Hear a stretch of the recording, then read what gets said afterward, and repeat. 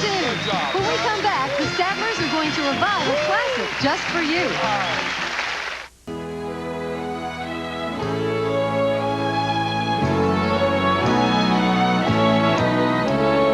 Yesteryear will never be forgotten.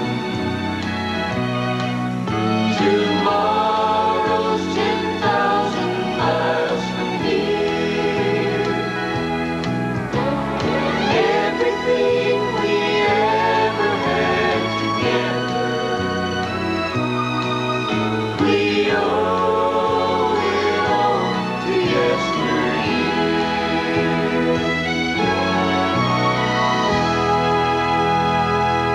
Welcome to Yesteryear, a year we hope will bring sweet memories and songs that may take us to places we never want to leave. This yesteryear saw a lot of firsts. The March of Dimes began. In the comic books, we got our first glimpse of an enduring hero that was faster than a speeding bullet, more powerful than a locomotive, and able to leap tall buildings in a single bound. I know. Garth Brooks. Oh, no, that's close. Superman. The Indian nickel is edged out while the Jefferson nickel is introduced. That's Thomas Jefferson. He's from Virginia, too, you know. Nescafe comes up with something called instant coffee, and Congress comes up with something called the 40-hour work week. It was also the first time you could buy nylon toothbrushes. And if you turn your radio on, you might hear Tommy Dorsey play the boogie woogie. And if you turn the dial just a little bit south, you might hear Roy Acuff sing the Wabash Cannonball. From the great Atlantic Ocean to the wide Pacific shore, from the queen of floating mountains to the South Mill by the shore, she's a mighty tall and handsome and known quite well by all. She's the combination on the Wabash Cannonball. She came down from Birmingham one cold December day. As she rolled into the station, you could hear all the people say, "There's a girl from Tennessee, she's long and she's tall. She came down from Birmingham on the Wabash Cannonball." Here's to Dave Claxton, may his name forever stand, and always be remembered round the courts of Alabama. His earthly race is over, and the curtains round him fall. We'll carry him on to victory on the Wabash Cannonball.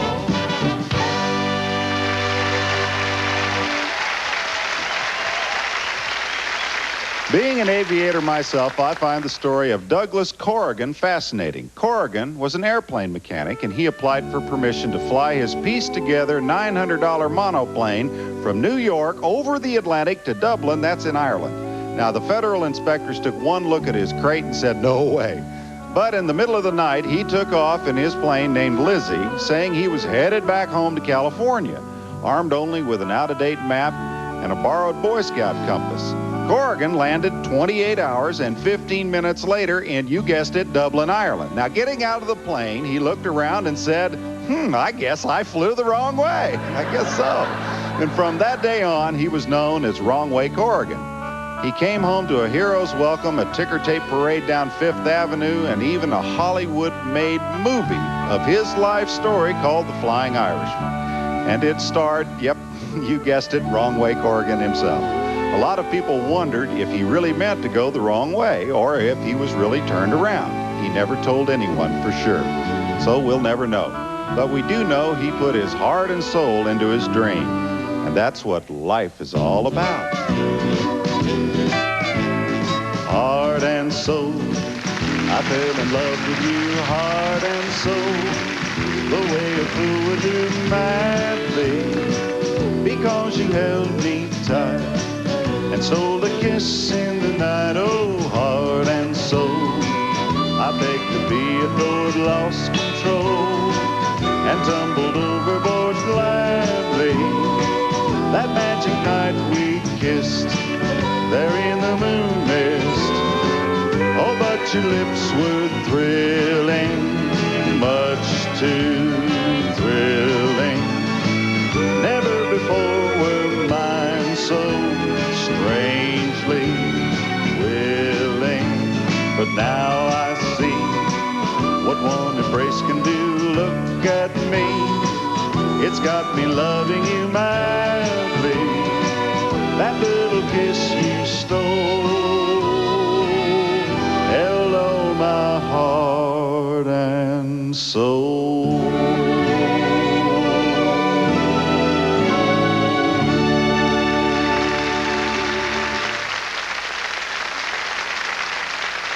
It was a period of time when romance always came out on top. And speaking of top, our top box office stars read like a who's who of Hollywood. Shirley Temple, Clark Gable, Spencer Tracy, Betty Davis, and Tyrone Power. Romance even showed up in our dance fads because people were dancing close to the rumba, the samba, and the tango. Even literature gave us romance and nostalgia of Our Town by Thornton Wilder. So it wasn't any surprise when romance showed up in our music as Kenny Baker told us that love walked in. Love walked right in and drove the shadows away. Love walked right in and brought my sunniest day. One magic moment, and my heart seemed to know that love said hello. Though not a word was spoken, one look and I forgot the gloom of the past. One look and I had found my future at last. One look and I found a world completely new when love walked in with you.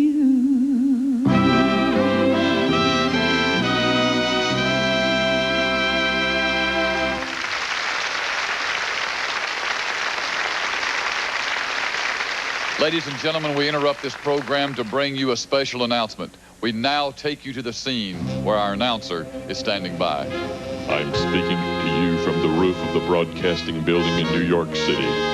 The bells you hear are ringing to warn the people to evacuate the city as the Martians approach. This is what people heard on the radios Sunday night, October 30th, this yesteryear. It was Orson Welles broadcasting H.G. Wells' The War of the Worlds.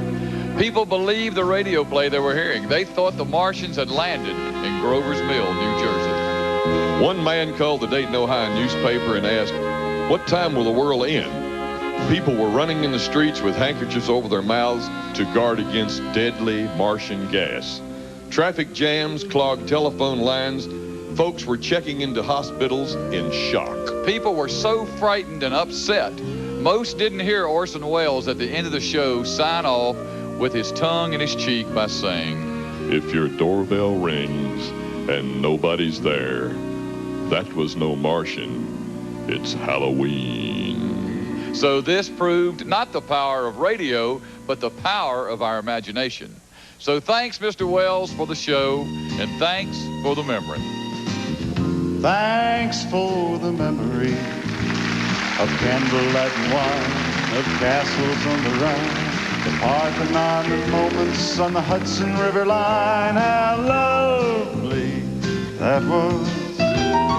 Thanks for the memory of rainy afternoons, swinging Harlem tunes, and motor trips, and burning lips, and burning toast and prunes, and lovely, yeah, it was.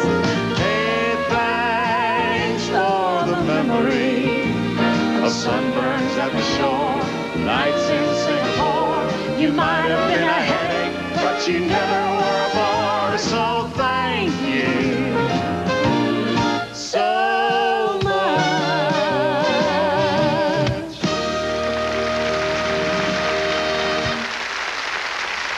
Kate Smith sang God Bless America.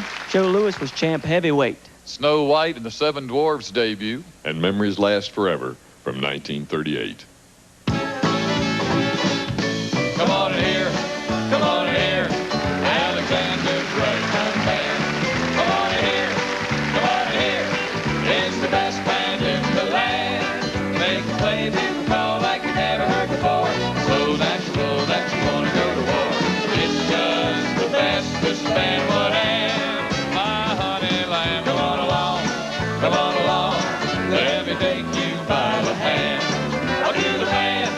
out to the band. Who's the leader of the band? And if you dare to hear that Swanee River play in ragtime, come on in here, come on in here, Alexander's Ragtime Band.